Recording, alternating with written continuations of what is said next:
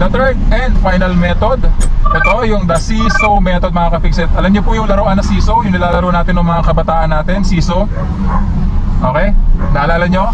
Yan, iyan yung seesaw method kung saan simultaneous kasabay ng pag-clutch all the way down mo, kasabay nun yung iyong pag-gas off gas, no? Pagtanggal mo na pa sa iyong gasoline pedal or accelerator pedal. Which is, yun yung normaling ginagawa ko, clutch all the way down. Ayan. Kasabay nung pag-clutch all the way down natin yung pag-release natin sa accelerator pedal. Then saka tayo mag-change gear. Mapa-upshift man yan or downshift. Yan yung ginagawa kong method sa channel na ito whenever I'm changing gears mga ka-fixit. And this method is the most preferred method ng karamihan ng mga driver. Kahit ako, as a driver mga ka-fixit, ito yung nakasanayan ko and ito yung method na preferred method ko. Okay mga ka-fixit?